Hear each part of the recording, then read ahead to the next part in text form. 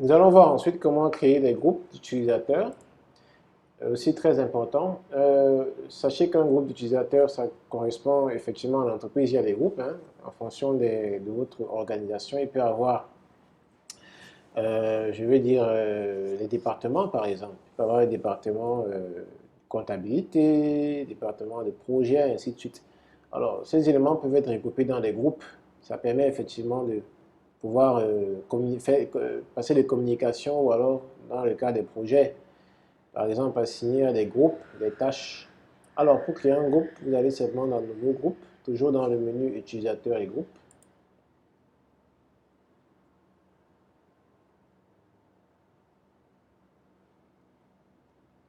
OK. Alors, pour créer un groupe, donc, vous le nommez. Par exemple, on peut dire, par exemple, le groupe finance. Bon, on va dire finance, hein. Et là, une description du groupe, hein. Les membres, je veux dire le personnel affecté à la gestion financière. Et vous créez le groupe tout simplement. Voilà.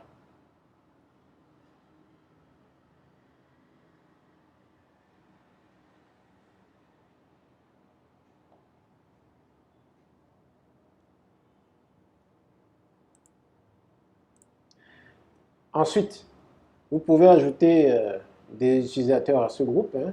Comme le groupe est créé, vous pouvez lui afficher des utilisateurs. Par exemple, dans ce groupe, il y a on va dire Steve, hein, qui est dans les finances. Vous n'avez qu'à cliquer sur la liste et toutes les personnes qui sont inscrites, le personnel qui a été enregistré, vont tous s'afficher. Si c'est très nombreux, hein, vous pouvez filtrer ici en tapant, par exemple, si je tape Steve, vous voyez, ça filtre rapidement. Alors, on va taper Steve, qui est en bas, et puis sur le bouton Ajouter, il va être ajouté à la liste. Vous voyez, c'est ajouté en bas. Alors, on peut mettre un autre personnel, par exemple Alain, qui est par exemple aussi dans le groupe des financiers. On l'ajoute. Voilà. Et c'est tout. Vous avez ajouté deux personnes à la liste des groupes et ces groupes sont créés. Ensuite, le deuxième onglet, c'est de créer les permissions des groupes.